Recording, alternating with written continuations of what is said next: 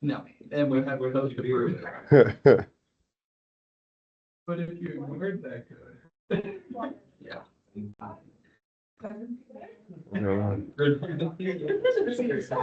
What's going on with that? Yeah. No.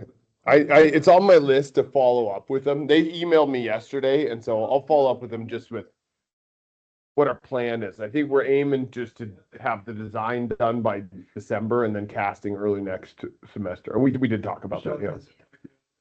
John is not. He's pushing pretty hard because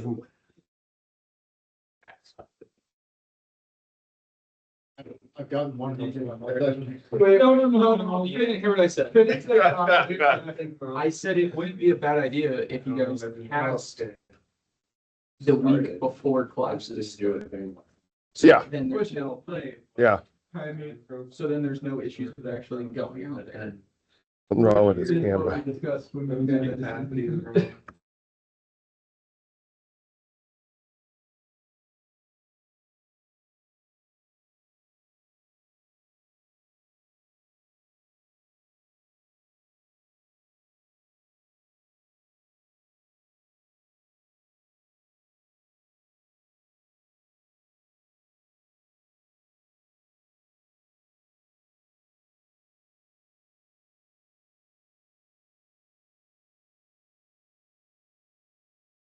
All of my stressing layout stuff is right. Yeah, we'll talk about that real quick. Hey, Kyle. So that's coming out there, right? Yep. Sorry, I'm running a couple minutes late here, Kyle. So give me 1 second, Kyle. So how many are going to the tour this afternoon? Okay. So I'm gonna drive. I can take, like, Timothy will probably ride with me, so I can take 3 extras. You can ride with the professors if you want to, right? And then can anybody else drive? Anybody else drive? Is your car gonna break down? No. You gotta say, okay. So you got, and how many can you take? 4 more. How about the rest of you guys? Anybody? Or Kyle, you want to do it then? Or can you, or is it not gonna? I can, but it would be first. Kyle doesn't have back door. Oh yeah, you have to Airbag. climb it through the window. No, those windows don't open. Windows don't open. So maybe it'd be better for Kyle not to drive. Right, you just all, we're gonna lay out in the bed. I think Tim's car is just a Toyota. Yeah, T100. Yeah, T100. Yeah, so he can't really drive, so that's what I'm saying. So that's it. We got all of us trying to cram into 2 vehicles. Okay. Travel at your own risk. Doesn't have airbags. I think so. Beats my car. It also doesn't really have enough air in the tires, so. We have an air compressor in there now. Oh, that's true. We can pump up your tires. So if you can, Anika, that'd be great. So let's start with that. So I think between you, me, and Anika, how many fit in your car? Legally 5. Okay, let's stick with the legal part. Let's stick with the legal part, Anika. So let's do that, and then we'll see where we're sitting, and then maybe we'll have to give somebody a ride to their cars, and we take off. It's a common thing. So, but let's just meet in the driveways. The driveways, our lab driveways. We'll just meet right there. So if you can at 1:45, that'd be great. Okay. All right. Cool. All right, Kyle. All right. Sorry, man. Where are you guys going? Taken care of. All right. Uh, You're up.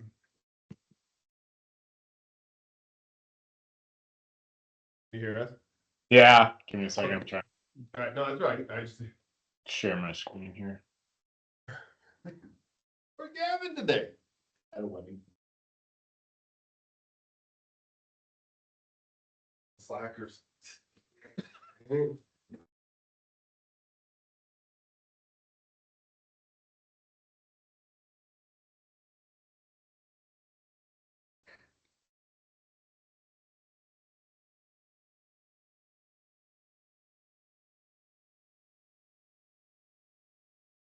California. All right. I think you guys got the screen right? You got the PowerPoint? Yep, I handed it off to him too. Okay, beautiful. So just quick flipping through what we went through on Wednesday. Remember, we just talked a lot about stressing the tendons, how you actually access the tendons, what the shop drawings look like, that theoretical elongation on there. We talked a lot about how the CGS of the tendon that you're actually specifying is not necessarily what's shown on the shop drawings. You're going to get a chair height plus a piece of rebar, number 4 rebar, half inch and half the distance to your tendon.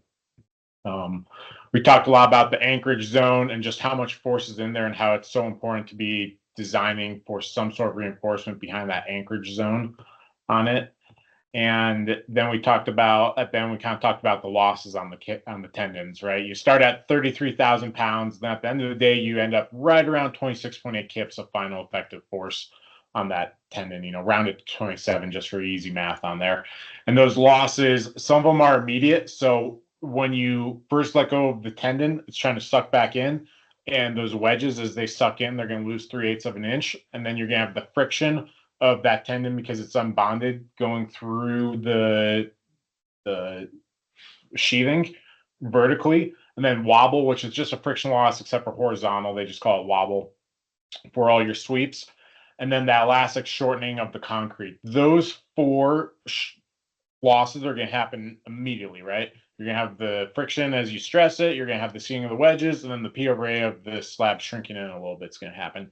Then over time, you're going to get relaxation of the tendon, shrinkage of the concrete, and creep of the concrete. And so we're going to start at, remember, 33,000 pounds. Those initial 4 is going to bring you down to somewhere around 29 to 31 kips, depending on how long that tendon was itself.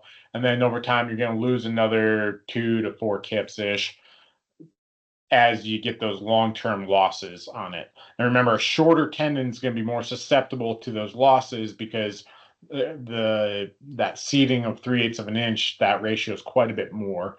And so because of that, you never want to stress a tendon less than 20 feet on there. We talked about, intermediate stressing. We were a little rushed on this one, but this is, hey, lots of times you're pouring a slab. And if the slab's more than 120 feet long, you have to stress it from both ends. And that's because those friction losses become too much on it. So if you're pouring a 200-foot long slab, you're going to stress it from, you're not going to have one dead end, one live end. You're going to have a dead end and you're going to have you're going to have 2 live ends on there. If it's less than 120 feet, you're going to have that dead end and the live end like I was showing you guys earlier. Say your slab's 600 feet long and you're doing it in multiple 100-foot pours. As you can see here, you're going to have a construction joint. Your tendon itself is going to be continuous through that construction joint. Then you're just going to spool it up at the end. And then to get the stress in there, you're going to have an intermediate stressing location on it. And all it is just an anchor that's put halfway down the sheathing. You cut the sheathing, you open it up, you put the anchor on there. There's nothing different or unique about this particular anchor compared to the other anchors on there. The only difference is you're not cutting a tendon tail at the end. You're really continuing on down the line with your tendons. We also discussed if you have something short, like a real short pole. Here's a great example right here. There's a tower crane block out that you can see. And there's only about 4 foot long piece right here. You're just not going to stress that in that pour. You'll stress in the next pour. You'll make sure this stays fully formed up right there. So that's a pretty good high view of stressing operations, the tendons itself. There's one more slide to go over before we start to dive into the fundamentals of design on it. And that's to go over this concept that's called reshoring. And with these slabs, they're so thin that they don't take a lot of load. You design them for 40 pounds per square foot of live load on there, right? And then the self-weight, but the self-weight's not that much. It's 8 inches thick of concrete. So if you're designing it for 40 pounds per square foot of live load, and say we're doing a high-rise building, we're up here on, we'll call it level 10, and we're pouring level 10 slabs. So you have your formwork up here up on level 10 to pour level 10 right here. And it's 8 inches thick. That means as you pour it, you have over 120 PSF of concrete wet weight acting on the level below it. The challenge becomes we've only designed this level for 40 pounds per square foot of live load, right? So if we just put the formwork on there directly, we've now overloaded this particular level by 3 times its design capacity on there. So what you'll do is you'll come and you'll put in these reshores or these post shores that you see in here for the levels, for 2 levels below. So we'll draw in the next 2 levels below here and here. You'll come in, you'll add these posts and you just make them snug tight, a certain design spacing. And the formwork designer does this design. You know, it's not your responsibility as the EOR, but it is your responsibility as the EOR to make sure that they're actually doing this, not overloading your slab. And now we have 3 levels engaged, right? And if each one of these levels can take 40 PSF of live load, now we have the ability to take that 120 PSF of wet weight of concrete on there. And then as you go up to the next level, all you do is you jump everything up. You jump your formwork up a level, you bring your reshores up a level. The most common amount of reshores that you're going to see is 2 levels of reshores for a regular slab. When you start doing big podium slabs, those big transfer girders that I was showing you guys, that's a lot of weight coming down on your slab that's 10 stories up in the air. So you might be reshoring that all the way down to your foundation on there. Another thing to think about is if you're doing a big heavy podium slab, we've designed this slab on grade to take 40 pounds per square foot. And with a big podium slab, we might be putting 300, 400 PSF of wet weight of concrete on this slab. So what I'll often do is I'll tell them to leave this slab out, form it off of little mud sills, little wooden distribution pads down here on the dirt. Then afterwards, come back and pour the concrete. And that's something that I specify in my drawings. So it's something for you guys to be thinking about a little bit as you're doing these designs is how much load's coming down. Is it even feasible to reshore it? When I reshore, is the load going to actually go all the way down to the foundation because it's so much, or is it just going to go down to 2 levels? You kind of run that thought process through and you put that in your general notes for your EOR design to make sure that it's covered, and you make sure that somebody has designed these reshores too. As you know, I'll list as a delegated design in the submittal that I need to see and I need to review on the project itself for it. So next thing we're going to go into, that's the high level of you guys now have a really good idea of what these systems even look like, how they're kind of built, how they're stressed. We've gone through the pictures, right? Now we're going to start going into the design, and the design is going to be pretty fundamental to start. It's really not that hard, but there's a new concept that we're going to introduce that you guys may have heard of in the class, but I doubt you've really dove into yet. And that's how you do the analysis for these slabs, called a balanced load approach on there. So when you look at the design, now that we're switching gears into design, these are kind of the steps that you're going to be checking along the way and making sure you check those boxes. The building code does not have that much information on post-tension design. If you go and look at the sections in pre-stress that you guys have seen, it's really the stress limits that you've seen, some minimum areas of steel, some minimum pre-compressions, and that's about it. So all this other information is not explicitly in the building code. You have to rely on these documents that we'll go over in future lectures for reference material on there. So what we're going to focus on right now, though, is just what's in the building code and how to check just the building code requirements to check those boxes. What we're not going to be focusing on as much is the layout of the tendons, the restraint to shortening. Yeah, we're going to do that in the future one. So it's just an introduction. It's just what's in the building code, right? So in the building code, first thing you have to check, there's a minimum pre-compression with these slabs. The next thing, we have to check the stresses at initial service level, and sustained service level. So initial service level is right as you're stressing the deck. And what's unique about that one is you have the highest amount of PT forces because you haven't gone through those long-term losses. You've gone through the initial ones. You're down at 29 kips, but you have the least amount of load. You only have the stuff weigh the slab on there. So that's the first thing that we're going to check. And the concrete's the most green. Usually it's only about 3,000 PSI compared to 5,000 PSI. Then you're going to check your services at your stresses at your service load combinations, and this is going to be your dead plus your lives. And then you're going to do sustained service loading, and this one's really just to help prevent long-term creep behavior on there. And you're going to look at what amount of load sustained full time. So you're going to have 100% of your dead load. You might say if it's a parking garage, that's in a office building, your live load on there might be, okay, they're there Monday through Friday, 8 to 5. You kind of do some quick ratios. You figure out how much that load you're going to sustain over time. Might be 50%, might be 20%, 30%. And you're going to use that for those long-term load checks on there. And then you're going to go do your strength level checks. And in those strength level checks, you do your skill requirements. If your service level checks work out, in general, your strength level checks, I've hardly ever had them fail and had to add more reinforcing in there because, like I keep mentioning, the PT tendons is usually more than enough to cover everything on it. So let's dive in with minimum pre-compression. ACI minimum pre-compression in the slab is 125 PSI for a two-way unbonded post-tension slab.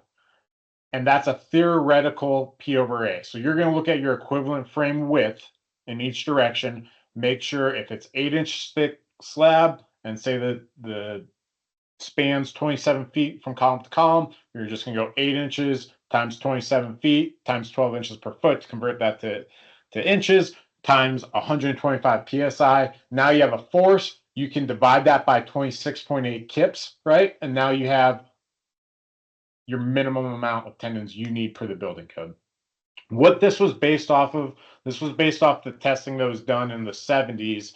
They used 125 PSI pre-compression because that was the testing they did in the full down in Texas. That was what the building code adopted and is used ever since. Other building codes outside the US don't require that minimum 125.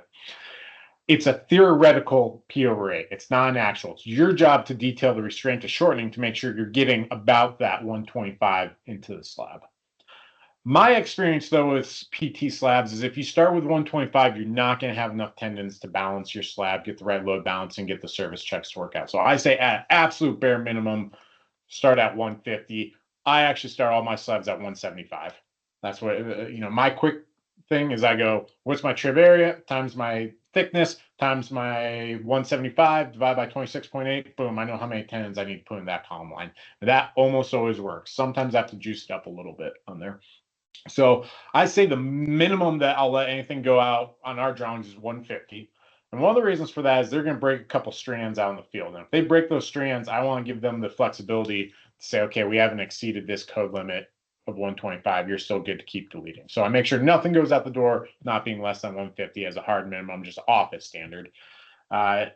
However, most of my slabs I start at 175. If you're looking at parking garage, ACI used to say 200 PSI is what you really want for durability issues. If you have that amount of pre-compression, it helps hold the slab together and reduce how fast the chloride ions are actually penetrating into that slab on there. A lot of it has to do with the crack control of everything, but over time, they've said 200 PSI. They've recently relaxed that to 175. If I'm doing a parking garage, I still do 200 PSI just for pure durability reasons in there. So on the foot, so in general, start at 175 right here. This is where you guys always just want to start. It's a great starting point. You're not going to be doing a lot of iterations if you start at 175. The maximum, though, you can't go over 300. Again, there's not a code limit out there, but there's a lot of industry documents that say don't go over 300. Issue with going over 300 is what we've seen long-term creep issues because there's too much P/A in that slab. And with that, we've seen a lot of long-term shortening issues. And remember, there's no rebar in these slabs to really help mitigate some of that creep and shortening.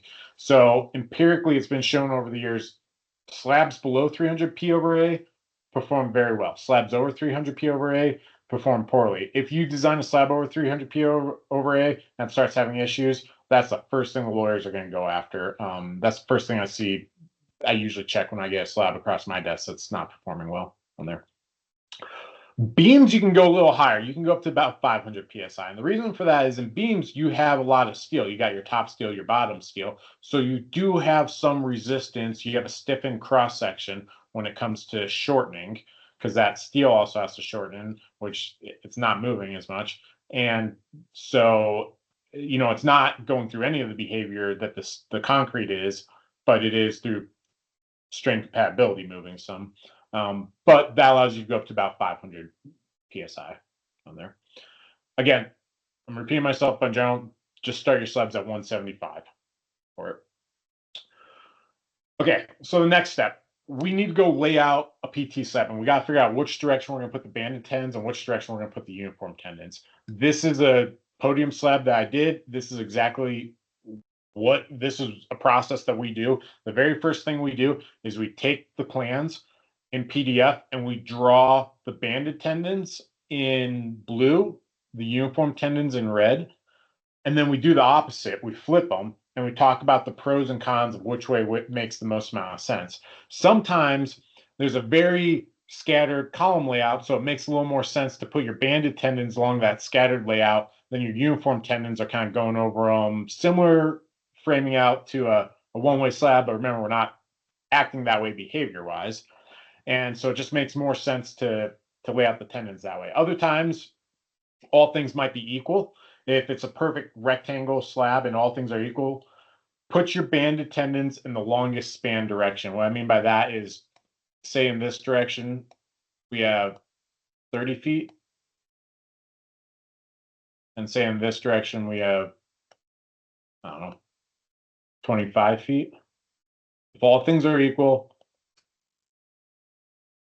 put the banded tendons in 30-foot direction. So it's not the longest distance of your slab, it's the longest distance of your column to column spacing on there.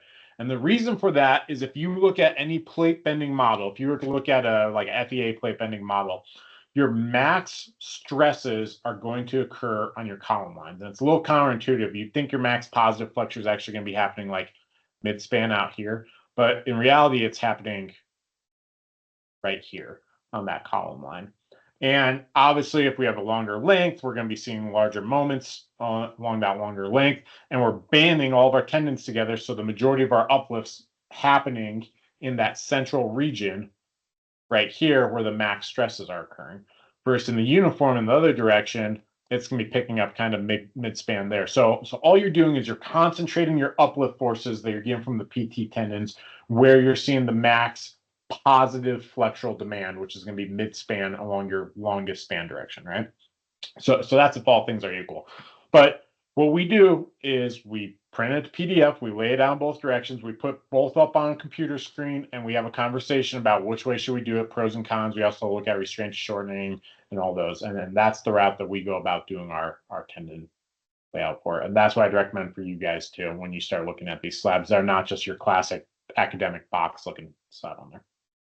So after you've done that and you're like, okay, cool, we're bought off on the banded direction and we know it's this way, then we can come over here and we can say equivalent frame width. So we're just going to take our trib width, right? You can snap a dimension, figure out what this dimension is.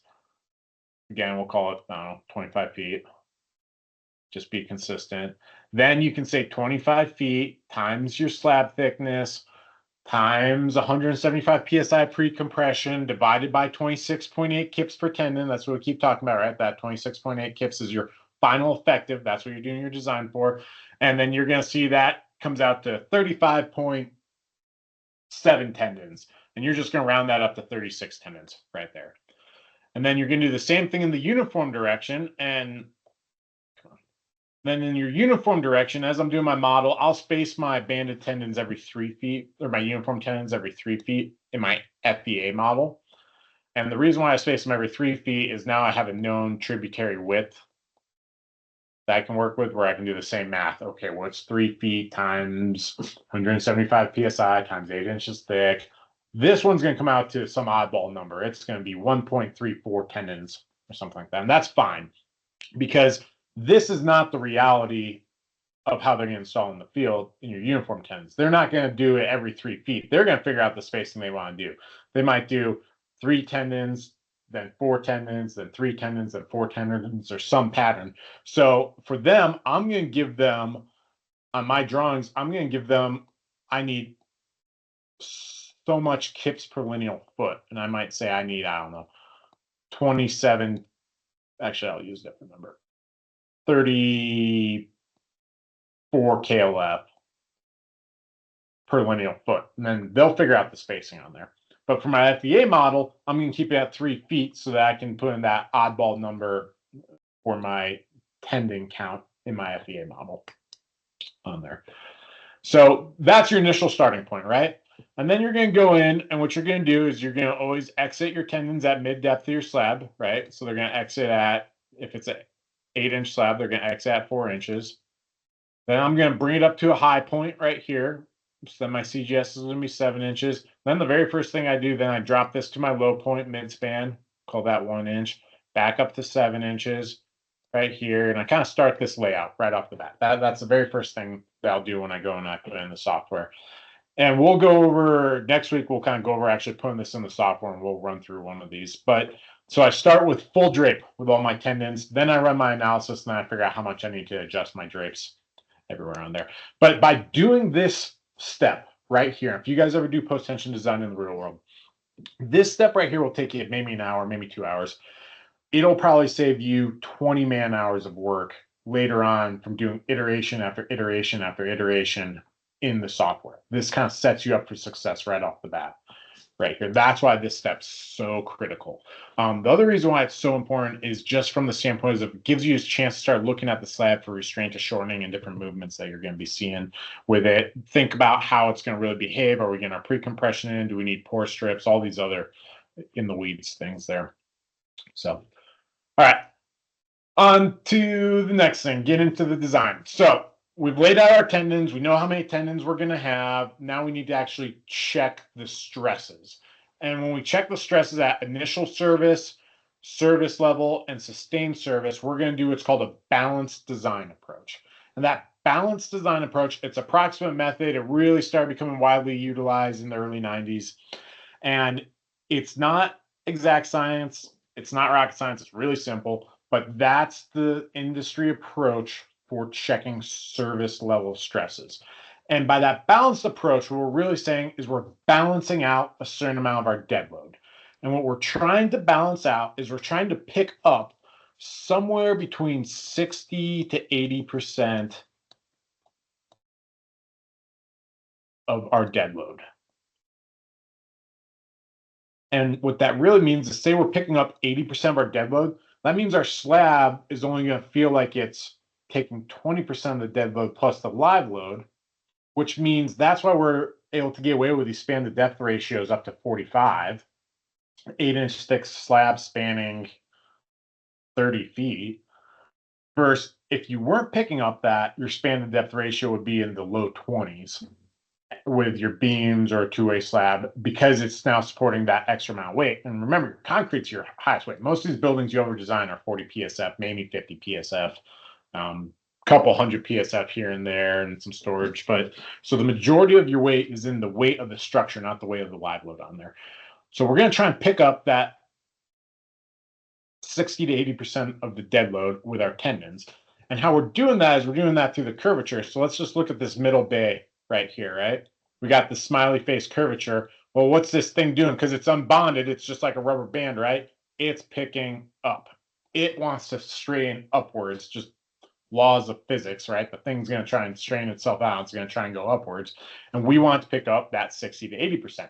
We don't want to pick up more than 100% of the dead load because, or even 80%, because usually 80% is close to 100% of your self weight. So if you start getting too much over 80%, you're going to start seeing a little bit of camber in that slab. If you start getting over 100%, you're going to start seeing a lot of camber because now you're picking up more load than things even pushing down all by itself. And live load's so overly conservative, and all the people who design live load minimums in the world were just super, didn't want to take a risk in their life. And so you're never even gonna, you're gonna see a fraction of the live load. You know, you're gonna see 5 pounds per square foot, maybe. Even with a party, you gotta be nuts to butts to even get close to 40 PSF, and that's not gonna happen. We design all these things for 100 PSF, so you'll never see that live load.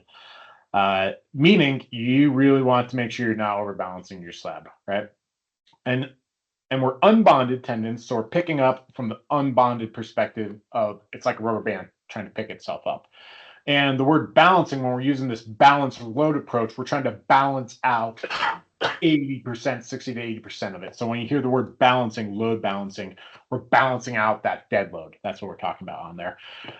So what we'll do is we'll actually come up with numbers, and instead of doing this as a point load here, we're going to apply it to the slab as a uniform equivalent uplift load, right?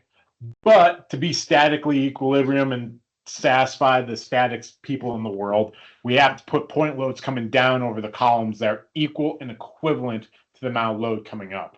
So if we're going to say, okay, we got this uplift load of W2, we're going to approximate it as KLF or PSF picking upwards. We also need to come down and we need to put a point load directly over our columns to keep the thing in equilibrium, right? Because we're not introducing any external forces to the slab on there.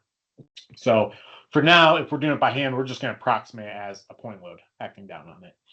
The magnitude of this uniform load picking up right here is based on how much drape you have.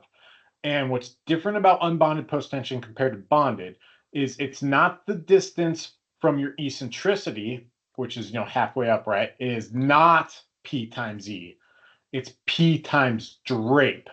And drape is how far we've gone from the high point to the low point. And then if you have, here's a great example. At your end bay, your high point's at 4 inches, then your high point's at your high point. Your drape is the average value right there, right? That's your drape. That's obviously less drape, so we're going to have less uplift load right there. So how do we calculate what that uplift load's going to look like? It's stupid simple. Okay, so we're going to try and pick up 80% of our dead load, right? For easy math, let's just say our dead load's 100 PSF. That means we're going to be picking up 80 pounds per square foot or 80 PLF, however we want to look at it. We know if we approximate this as a simple span and not overcomplicate it, we can say we know moments equal to WL squared over 8, right? We also know our moment from our PT tendons is equal to our pre-compression force at the end, right? That's the number we already figured out. We said that was 300 kips or 30 kips per foot, whatever number we figured it out to be. So we know what that pre-compression force is times your drape. Again, it's your drape, not your eccentricity, your drape on there. So we can say, all right, we got 6 inches of drape right here. If I got 300 kips of pre-compression at the end, I can take 300 kips times 6 inches of drape, 150 kip feet of uplift, right? Going on there. So we can set these two equations equal to each other, and we can say, okay, WL squared, that's equal to a moment. P times drape's equal to a moment. We equate them to each other. We rearrange the equation. We say W equivalent, which we know is 80% of our dead load right there, right? And for our easy math, we're just saying that's 80 PSF or 80 PLF. And then we can say that's equal to 8 times P times your drape divided by your length squared, right? And your length is going to be your length between your, I always just take a center line to grid to make math and life easy on there. Okay, so we know your length's not changing at an individual bay. And if we're trying to pick up that 80% of our dead load, so we know that this is going to be 80 PSF times your trib width on there. The only two things I can change is my pre-compression and my drape, right? The other thing we recognize is this is a linear relationship. So if I have twice the load balancing I need, I just give it half the drape. If I need twice the amount, I double the drape. If I'm out of drape, what do you have to do? You have to add pre-compression. If you can't go any deeper, like this slab, we have 6 inches, we just add some more pre-compression to it. And then at the end of the day, what we're going to do when we say a slab is 80% balanced, we're saying that uplift load that we were looking at back in this view right here is equivalent to 80 PSF. But we're saying our total dead load is equal to 100 PSF.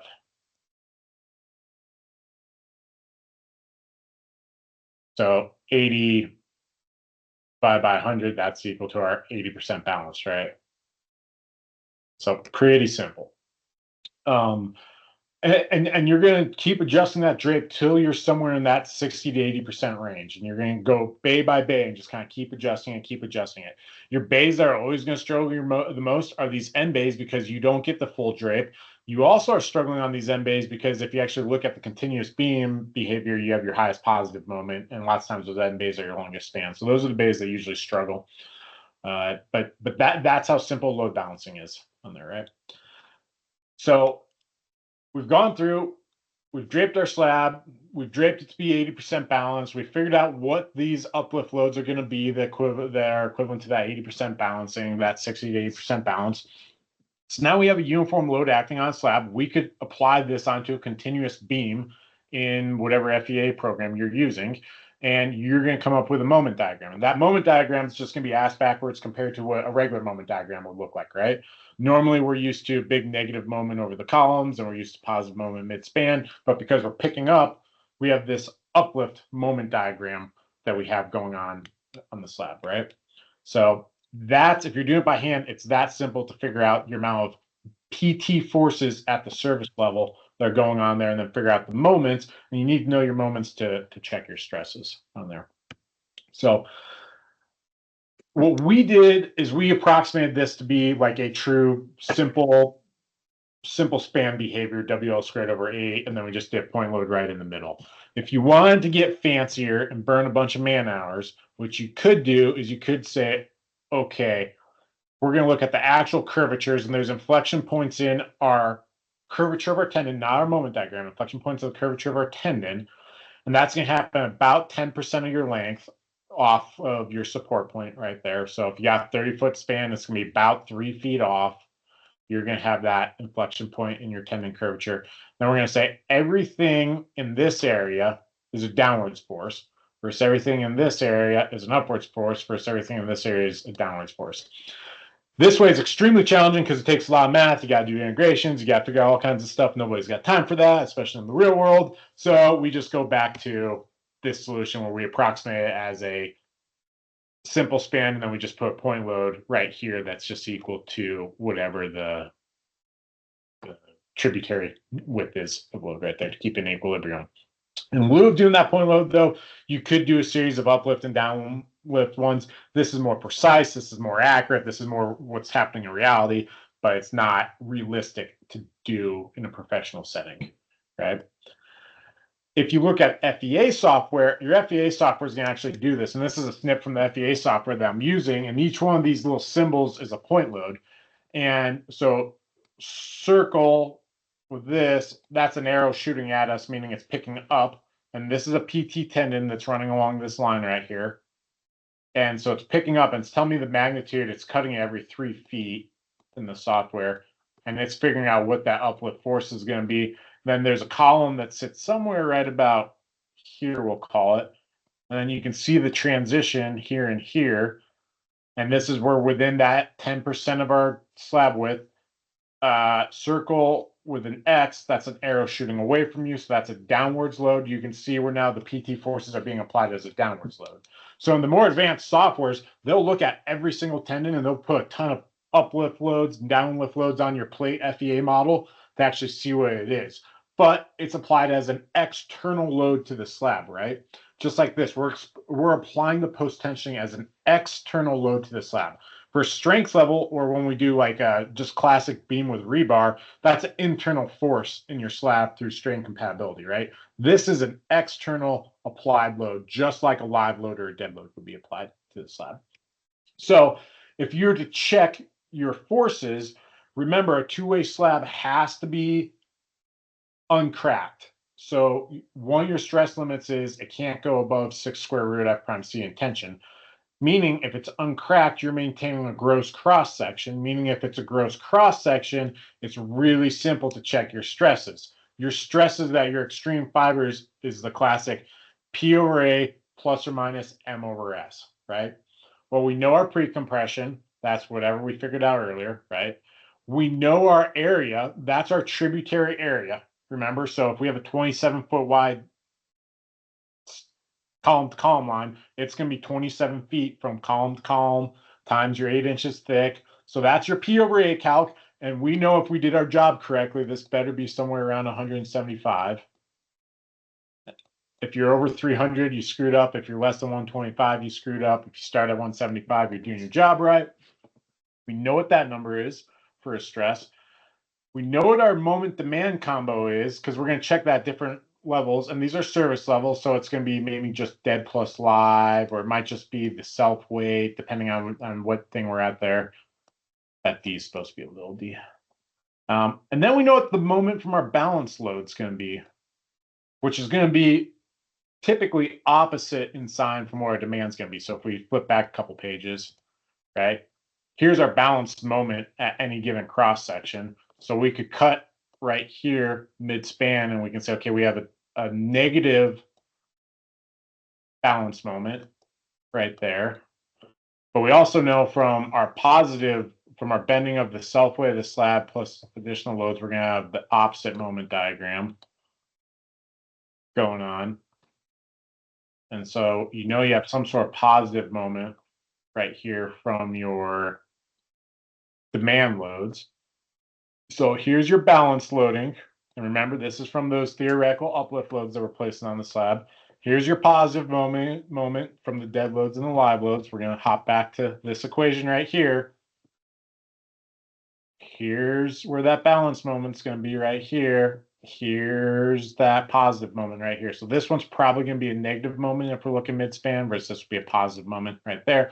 We divide that by our section modulus. It's a gross cross section, so BH squared over 6, right? On there. And then we can check our top and we can check our bottom.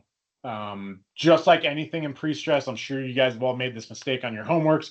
The most important thing is making sure you keep your sign convention and track your negatives and your positives. Where most people screw something up, and me too, is just not do my due diligence of tracking my negative and positive signs everywhere on that.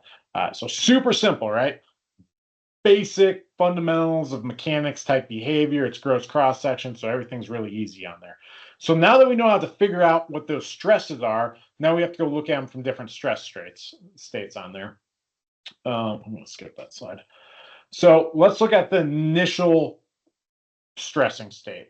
And at the initial stressing state, you have the self-weight of your concrete slab, but you don't have any superimposed dead load on there, and you don't have any live load.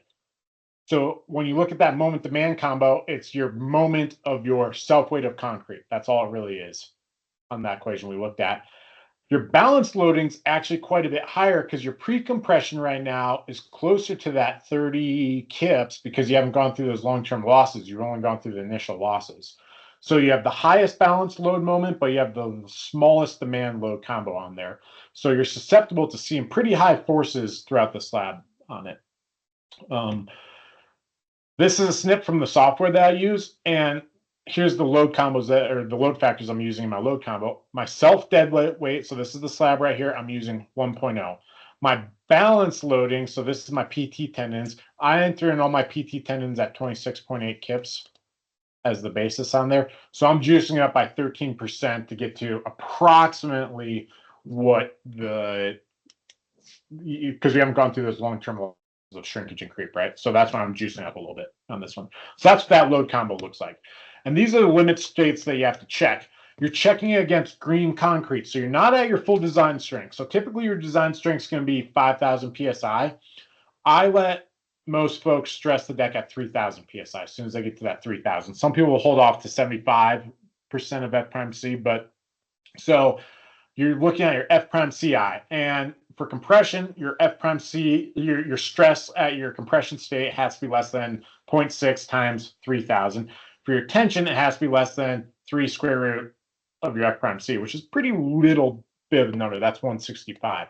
You can technically exceed that number by a little bit, and if you did, they just make you put in some rebar because you're flirting with potentially cracking your slab. And the worst thing you can do is say you overbalance that slab, you could actually backflip the thing up in the air and do a big crack over the top of it, right? So that's the first check you do. This check typically never controls unless you're doing a podium slab. Say, you know, those podiums I was showing where it supported 12 stories up above. That 12 stories, yeah, the self-weight of the concrete podium was a small fraction compared to the 12 stories up above. So I was overbalanced. I was putting camera into that thing, and I was checking those top stresses mid-span. I was getting a lot of top stresses and putting in a lot of rebar for that situation on there. So if you do have something like a podium or a big transfer girder and those top stresses are getting too high, and remember, we're going to flip back a few pages. What's happening is you're getting too high of a negative moment mid-span and you need that rebar at the top, which is completely backwards from what you're used to, right? If that's getting too high with like a podium, a big podium, or a transfer girder, you can do a thing called stage stressing, where you might only stress a third of the tendons and then build the next 10 stories, stress the next third, and then build the next 10 stories and come back and stress the final third on there. So you can do a stage stressing approach if that gets too high on there. All right, so now we've checked the initial service level one. Now we're going to check the service. So this is on the demand side, it's just your dead plus live, or dead plus live plus snow, or whatever ASD combo controls on there, right? And now our pre-compression has dropped back down to 26.8. So we don't have that factor, that increase factor anymore in our pre-compression on here. And this is the state that if you're going to have any stress limits and issues, this is going to be the one where it's going to happen. And it's typically going to happen over your column. So remember, out of ACI, you guys have seen this. Class U, you're less than 7.5 for uncracked. Transition, you're between 7.5 and 12. Cracked, you're greater than 12. Two-way slabs, you got to be 6 square root F prime C. That's 6. They say that's the rupture coefficient for a two-way slab. I think it's just something some professor made up back in the day personally, but is what it is. And it's a terrible limit. I run into it all the time. Oops. So you're just checking all those stresses to make sure you're less than that 6 square root F prime C. You're never going to hit that mid-span because your peak stresses, they're continuous members, right? So your peak stresses are always going to occur over your column heads. And I run into this stress limit often. However, if you start with a proper slab thickness, you're right around that 40 to 45 for your span to depth ratio. So you at least started with the right thickness and you started with 175 PSI pre-compression. There's a pretty dang good chance you're not going to run into that 6 square root issue. If you didn't and you started with 125 PSI, you're going to be hitting that 6 square root stress limit over all your column heads, and you're going to be fighting it. You're going to be adding more PT because you're going to be maxed out on drape. There's nothing more you can do with it. So one of the reasons I say start with that 175 is it keeps you from hitting that theoretical 6 square root of primacy. I'll hit 6 square root. I'll go 5-10% over, and I'll just make a note in my calc saying it's still okay. The concrete's going to be higher than 5,000. There's safety factors, and it's a stress. It's service level stress, right? Who cares? So after you check all that and all that's cherry, then you move on to your long-term stresses. I've never had this one control. These ones you're going to check them with your sustained loading. So this is where you're going to look at your live load and figure out, okay, how much live loading am I sustaining? I usually sustain maybe 10% of my live load, 20% of my live load on there. Remember, live loads are super overkill to begin with. And even if you look at the classroom you guys are in right now, that's maybe 5 PSF, 10 PSF of live load in there. And you guys are in there 8 hours a day of classroom time. And it's only Monday through Friday and not during the summers and lots of holidays. So shit, it's 10% of time, right? So don't sustain that live load. You're not doing yourself a favor by doing it. It's not real. It's not going to happen. Sustain your full dead load, sustain your full superimposed dead load, and then check these limit stresses. The idea behind these limit stresses are that you are checking for long-term creep and making sure that you don't see that behavior of the slab moving too much. And if you get too much creep in the compression block, remember, it's your classic compression block behavior like this. If you get too much compression force up top, what's going to happen is you're going to get a lot more creep happening in this top section on your compression block. As this creeps and deforms more, well, that's going to allow the slab to have more deflection, right? If that compression block's creeping in more and more over time, your slab's going to get more and more deflection. So that's all that stress limit's out there for on there. Okay, so that was the service level stresses, and we did that based on external applied loads, right?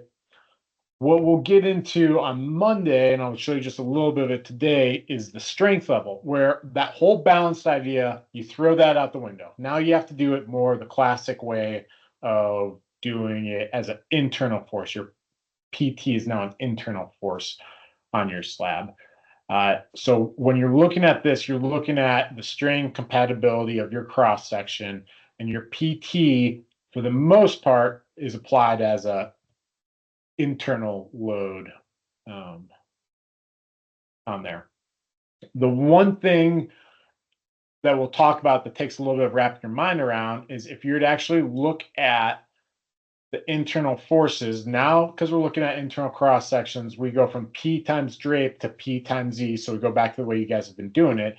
If you were to actually look at that behavior on a continuous slab, there's more uplift forces. There's more, your moments don't equate to each other.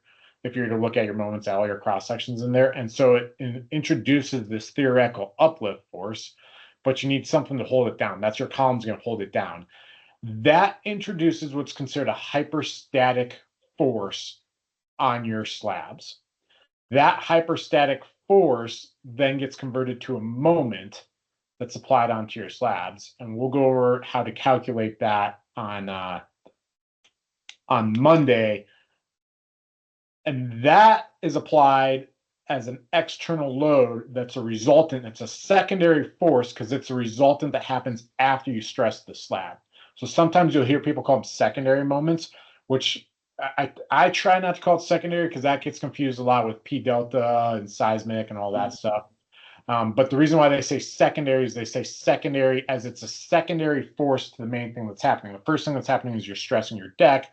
Now your slab's trying to lift up because your moments don't equate at the strength level.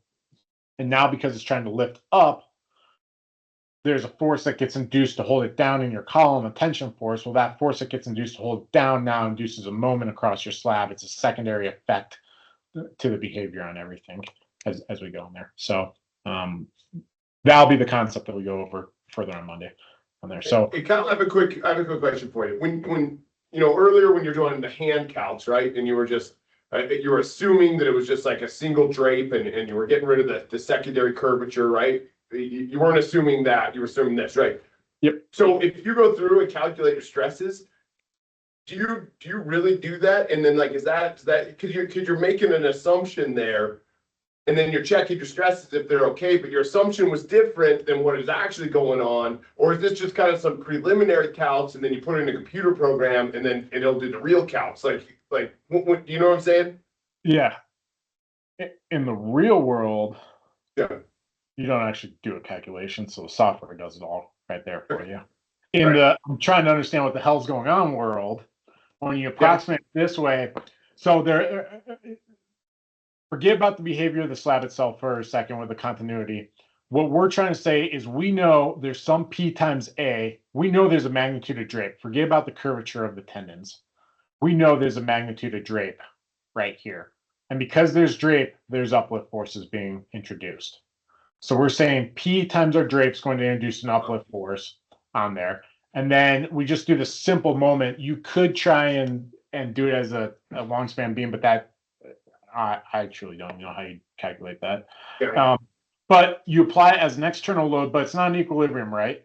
And that's where you have to come back and you have to apply this point load over the columns to keep it, because your ups equals down when you put that point load in there. And so that's probably why you're doing P times drape instead of P times eccentricity, right? I mean, because really the moment's P times eccentricity, but you're doing P times drape because you're actually looking at the uplift force, right? The change in vertical of the uplift force as opposed to moments. Yeah, and we're looking at, and we're trying to convert to an external thing versus at the cross section, it's an internal thing. And even that whole P times eccentricity with unbounded, I have some issues with it. We're doing some studies right now to potentially, get with it a little bit. But yeah, so it's an external force. If you really want to be approximate, you'd have this point load would be like this, and I extend 3 feet past on each side as a uniform. But even then, it's close enough as an approximate on there by approximating as a simple span. Sure. Cool. All right, perfect, Kyle. Thanks. Cool, guys. Enjoy the weekend. I'll chat with you on Monday. Yeah.